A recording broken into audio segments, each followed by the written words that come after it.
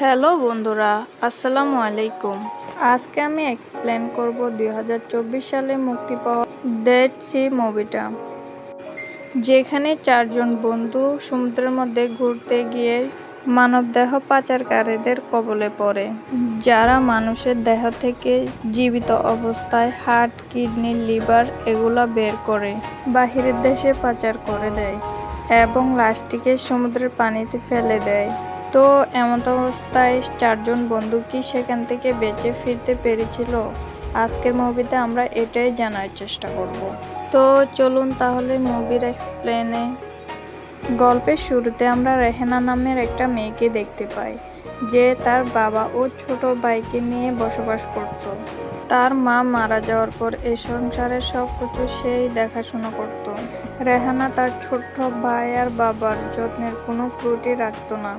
পুরো সংসারের হাল সে একাই কাঁধে নিয়েছিল। তার মায়ের মৃত্যুর শোক রেহানা এবং তার বাবা এখনো ভুলতে পারেনি। তারা সব সময় একটা বোর্ডের কাছে বসে থাকত, কারণ সে বোর্ডটা দিয়ে তার মা সমুদ্রে যাওয়ার পরেই মারা গিয়েছিল। রেহানার বাবা প্রায় সময় এখানে দাঁড়ায় থাকে এবং নিজের স্ত্রীর কথা মনে করে। রেহানা সকালবেলা নাস্তা বানানোর পর তার বাবা এবং ছোট ভাইকে খাওয়ানোর পরে সে চলে যায় তার বান্ধবী ক্লারার কাছে, কারণ আজকে তারা সমুদ্রের মধ্যে কিছু সময় পার করবে।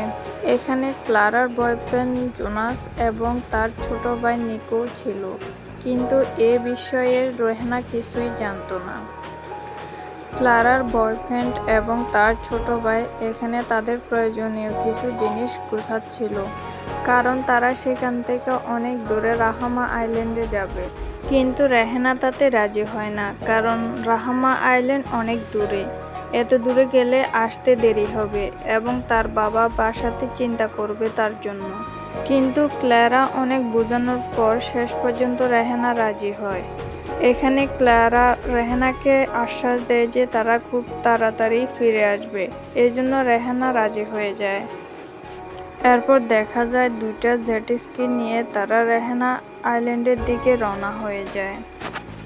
রেহামা আইল্যান্ডে পৌঁছানোর পর তারা সেখানে বেশ কিছুক্ষণ সময় ধরে এনজয় করে এবং কিছু সময় পর তারা রাহামা আইল্যান্ড থেকে ব্যাক করার সিদ্ধান্ত নেয়। ফেরার পথে নিক জেট স্কিটা অনেক স্পিডে চালাচ্ছিল, কারণ সে মনে মনে রেহানাকে ইমপ্রেস করতে চাচ্ছিল।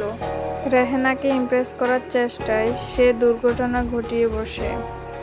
সে জেট স্কিনটা উল্টিয়ে দেয়। অন্যদিকে জুনেল বুঝতেও পারে না নিকদের জেট স্কিন উল্টে গেছে। অনেক স্পিডে যখন আসে তখন নিকদের জেট স্কিনের সাথে ধাক্কা খেয়ে তারা দুইজন দুদিকে ছিটকে পড়ে। অ্যাক্সিডেন্টের কারণে নিকের মাথায় অনেক জোরে আঘাত লাগে। রেহানা তাকে সামলানোর চেষ্টা করে। অন্যদিকে অ্যাক্সিডেন্টের পর থেকে ক্লারা জোনাসকে কোথাও খুঁজে পাচ্ছিল না। অনেকক্ষণ খোঁজাখুঁজির পর ক্লারা জোনাসকে কোথাও খুঁজে পায় না। ক্লারা সহ সবাই বুঝে নেয় জোনাস হয়তো মারা গেছে। সবাই অনেক ভেঙে পড়ে। এই মাঝ সমুদ্রে তাদের বাঁচানোর জন্য কেউ নাই। জেট স্কিগুলো সম্পূর্ণ নষ্ট হয়ে গেছে। তারা বুঝতে পারছিল না এ সময় তারা কি করবে। অন্যদিকে সেই সমুদ্রে হাঙরের উপস্থিতি তারা খুব ভালোভাবে অবগত ছিল। যদি হাঙরগুলো একবার আক্রমণ করে তাহলে তারা কেউ বাঁচতে পারবে না। এমন সময় তারা একটা আশার আলো দেখতে পায়। তারা দূরে একটা জাহাজ দেখতে পায়। দূরে বোটটি দেখার পর রেহানা আর ক্লারা অনেক জোরে চিল্লাতে থাকে এবং বোটে থাকা একজন ব্যক্তি, যার নাম রকি, সে তাদেরকে দেখতে পায় এবং সাহায্যের জন্য ওখানে যায়। তাদের সবাইকে বোটে তুলে নিয়ে আসে। সৃষ্টিকর্তার অশেষ রহমতে তারা হাঙরের হাত থেকে তো বেঁচে যায়, কিন্তু গল্পের আসল টুইস্ট তো এখান থেকেই শুরু। ক্লারা আর রেহানা একটু ভালো থাকলেও নিকের অবস্থা খুবই খারাপ ছিল, তাই নিককে সেখানে শুয়ে রাখা হয়। ক্লারা আর রেহানাকে বোটের ভিতরে আসতে বলে, যে কিছু খাবার নিয়ে যেতে। যখন তারা রকির সাথে ভিতরের রুমে আসে, রকির সাথে সাথে তাদেরকে একটা কেমিক্যালের সাহায্যে অজ্ঞান করে দেয়। এই জন্য বলা হয় অপরিচিত কারো কাছে সাহায্য চাওয়াটাও ভয়ঙ্কর। আচ্ছা, যাই হোক, 1.5-2 ঘন্টা পর যখন ক্লারা আর রেহানার জ্ঞান ফিরে তখন তারা রুমের মধ্যে এমন বন্দি অবস্থায় দেখে হতভম্ব হয়ে যায়। তারা দেখে সেখানে একটা বেড রয়েছে এবং যাতে রক্ত পড়ে আছে আর মেয়েদের কাটা চুল পড়ে আছে আর দেয়ালের মধ্যে হেল্প লেখা আছে। এসব কিছু দেখে তারা দুইজন অনেক ভয় পেয়ে যায়। ভয়ে তারা অনেক কান্না করে। তারা বুঝতে পারে তারা অনেক বাজে লোকের কাছে ফেঁসে গেছে। তো পরের দিন সকালে রকি ওই রুমের দরজা খুলে এবং ক্লেরা আর রেহানার উদ্দেশ্যে কিছু সামুদ্রিক মাছ ছুঁড়ে মারে। রেহানা রকিকে উদ্দেশ্য করে বলে, বাড়িতে আমার অসুস্থ বাবা আছে এবং ছোট্ট একটা ভাই। তাদেরকে দেখাশোনা করার মতো বাড়িতে কেউ নেই। প্লিজ আমাকে ছেড়ে দেন। রকি তখন বলে চুপচাপ বসে থাকতে, আর যদি বেশি চেঁচামেচি করে তাহলে টুকরো টুকরো করে সমুদ্রের পানিতে ফেলে দিবে। এসব বলে রকি দরজাটা আবার লাগিয়ে দেয়। সেখান থেকে এসে রকি কাঁচা মাছ খাচ্ছিল আর ওয়াকি-টকির সাহায্যে কারোর সাথে কথা বলতেছিল আর হাসতেছিল এবং বলে কিছুক্ষণের মধ্যে সেখানে যেন সে চলে আসে। তো কিছুক্ষণ পর আমরা দেখি একটা ছোট বোট নিয়ে একটা মধ্যবয়সী লোক চলে আসে। এই লোকটা ছিল একজন ডক্টর। রকি এতক্ষণ এই ডক্টরের সাথে কথা বলতেছিল। হয়তো নিককে চেক আপ করার জন্য ডক্টরকে আসতে বলা হয়েছিল। ডক্টর বোটে এসেই নিককে চেক আপ করে এবং রকিকে বলে, এই ছেলেটার অবস্থা তো অনেক খারাপ, তুমি কি এর দেখাশোনা করতে পারো নাই? আর কিছুক্ষণ এভাবে থাকলে তো ছেলেটি মারা যাবে। তবে চিন্তা করো না, কিছুক্ষণের মধ্যেই আমরা তার চিকিৎসা শুরু করব। চিকিৎসা করা শেষ হলে সে ভালো হয়ে যাবে। এরপর ডক্টর রকিকে নিয়ে বোর্ডের সেই বেসমেন্টে চলে আসে যেখানে ক্লেরা আর রেহানাকে বন্দি করে রাখা হয়। ডক্টর ক্লেরা আর রেহানাকে ভালো করে পর্যবেক্ষণ করে। বেসমেন্ট থেকে বের হয়ে ডক্টর রকিকে বলে, আমাদের কাজ তাড়াতাড়ি শুরু করতে হবে।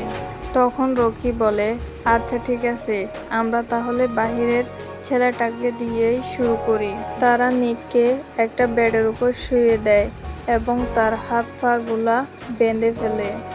জানেন ডক্টর আসলে এখানে কিসের ট্রিটমেন্ট করবে? আসলে ডক্টর এখানে জীবিত অবস্থায় নিকের অর্গানগুলো কেটে নিতেছিল। এখান থেকে হার্ট, কিডনি, লিভারগুলো বের করে বাহিরের দেশে চওড়া দামে বিক্রি করবে। নিকের শরীর থেকে অর্গানগুলো কেটে বের করার সময় সে ব্যথায় চিৎকার করতে থাকে। নিকের চিৎকার ক্লেরা আর রেহানা বেসমেন্ট থেকে শুনতে পায় এবং তারা বুঝতে পারে নিকের সাথে খারাপ কিছু ঘটতেছে। এরপর দেখা যায় নিকের দেহটা সাগরে ফেলে দেওয়া হয়েছে। এখানে ক্লেরা আর রেহানাও বুঝতে পারে তাদেরকেও হয়তো মেরে ফেলবে। ডক্টর আর রকি তাদের কাজ শেষে ইঞ্জিন রুমে এসে কোনো একটা বিষয় নিয়ে কথা বলে। ডক্টর বলে, ক্লেরা নামের মেয়েটিকে আমি এখানে অপারেশন করব আর অন্য মেয়েটিকে আমি আমার সাথে নিয়ে যাব, কারণ আমার কাছে একজন ক্লায়েন্ট আছে যার কিডনি ট্রান্সফার করতে হবে। আমি ওই মেয়েটার কিডনি তাকে ট্রান্সফার করব। রকি তখন তাকে হ্যাঁ বলে দেয়, কারণ রকির তো টাকা হলেই চলে। এরপর রকি বেসমেন্টে যায় এবং ক্লেরাকে নিয়ে আসে। এবার ডক্টর ক্লেরার অর্গানগুলো বের করার জন্য প্রস্তুতি নিচ্ছিল আর রকি ক্লেরার হাত পাগুলো শক্ত করে বেঁধে দিচ্ছিল। ক্লেরা অনেক জোরে চিৎকার করে কাঁদতে থাকে। ক্লেরার চিৎকার শুনে রেহানা বুঝে উঠতে পারে না সে কি করবে। একমাত্র বান্ধবীর এই করুণ অবস্থা দেখে সে অনেক ভেঙে পড়ে। সে বুঝতে পারে না সে কি করবে। এরপর তার চোখ যায় মাথার উপরে একটা ফ্যান আছে। ফ্যানটা যদিও সব সময় চালু থাকে কিন্তু এই সময় সেটা বন্ধ রয়েছে।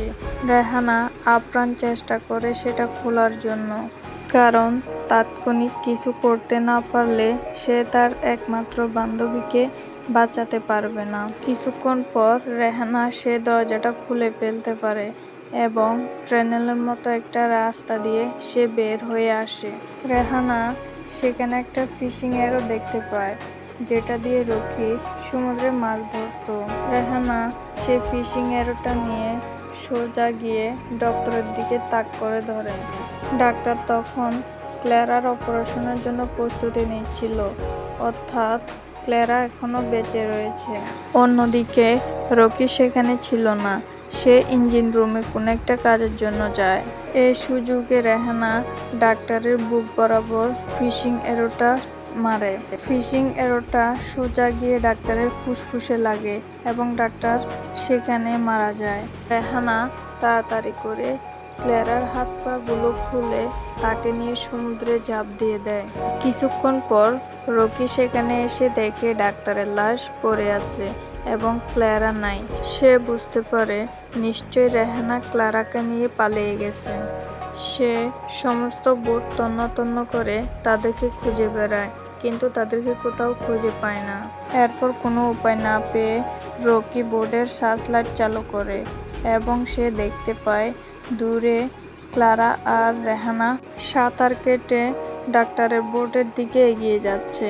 রকির বোট থেকে ডাক্তারের বোট খানিকটা দূরে ছিল, তাই রকি তাড়াতাড়ি করে ইঞ্জিন রুমে গিয়ে বোটটি চালু করার চেষ্টা করে, কিন্তু বোট কোনো রকমই চালু হয় না, কারণ রেহানা ওইখানে গিয়ে ইঞ্জিনের সমস্ত তার কেটে দেয় যেন ইঞ্জিনটা আর চালু না হয়।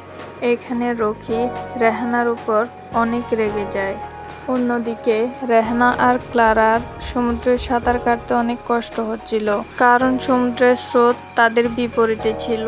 ক্লারা অসুস্থ থাকায় সে সমুদ্রের মধ্যে সাঁতারও কাটতে পারতেছিল না, তাই রেহানা সিদ্ধান্ত নেয় সে একাই সাঁতরিয়ে বোর্ডের কাছে যাবে এবং বোট চালু করে ক্লারাকে নিয়ে যাবে। রেহানা ক্লারাকে রেখে সাঁতরিয়ে কিছুক্ষণের মধ্যে সে বোর্ডের কাছে পৌঁছে যায়। সে অনেক চেষ্টা করে বোটটি চালু করতে, কিন্তু সে পারে না, কারণ সে জানে না বোট কিভাবে চালু করতে হয়। রেহানা কোনো উপায় না পেয়ে রেডিওর সাহায্যে কোস্টগার্ডের সাথে কথা বলে। রেহানা কোস্টগার্ডকে সাহায্য করার জন্য বলে, তখন কোস্টগার্ড বলে লোকেশন দেওয়ার জন্য। লোকেশন দিতে না পারলে তারা সাহায্য করতে পারবে না। রেহানা কোস্টগার্ডকে বলে কিভাবে লোকেশন পাঠাবো। উত্তরে কোস্টগার্ড বলে বোটে একটা পিকার নামে ডিভাইস রয়েছে, সে ডিভাইসটি পানিতে ফেলে দিলেই লোকেশন অটোমেটিক চালু হয়ে যাবে। এরপর রেহানা সে ডিভাইসটি খুঁজতে থাকে, অবশেষে সে ডিভাইসটি পেয়েও যায়। যখনই রেহানা ডিভাইসটি সমুদ্রে ফেলবে তখনই সে দেখতে পায় রকি সেখানে চলে আসছে। আসলে রকি সাঁতরিয়ে এখানে চলে আসছে। রকি রেহানাকে দেখার সাথে সাথে রেহানার পেটে একটা ছুরি ঢুকিয়ে দেয়। রেহানা আপ্রাণ চেষ্টা করে বাঁচার জন্য এবং তার পাশে থাকা একটা ফ্লেয়ার গান থেকে রকির মুখের উপর ফায়ার করে দেয় এবং মুহূর্তের মধ্যে রকির মুখ ঝলসে যায় এবং রকি সেখানেই মারা যায়। এরপর রেহানা সে ডিভাইসটি হাতে নেয় এবং আস্তে আস্তে হামাগুড়ি দিয়ে সে ডিভাইসটি অবশেষে সমুদ্রের মধ্যে ফেলে দেয় এবং সে অজ্ঞান হয়ে যায়। পরের দিন সকালে লোকেশন বরাবর কোস্টগার্ডের লোকজন এসে তাদেরকে উদ্ধার করে। সেখান থেকে রকির লাশ আর ডাক্তারের লাশটাও কোস্টগার্ড নিয়ে যায়। ক্ল্যারা আর রেহানা অনেক কান্না করতে থাকে, কারণ তারা ভাবতে থাকে যে জীবন কখন কীরকম হয়ে যায় কেউ জানে না। এই সিনের মধ্য দিয়েই মুভিটা এখানেই শেষ হয়ে যায়। মুভিটা কেমন লেগেছে অবশ্যই জানাবেন। তো আজকের মতো আমি বিদায় নিচ্ছি। সবাই ভালো থাকবেন, সুস্থ থাকবেন। আল্লাহ হাফেজ।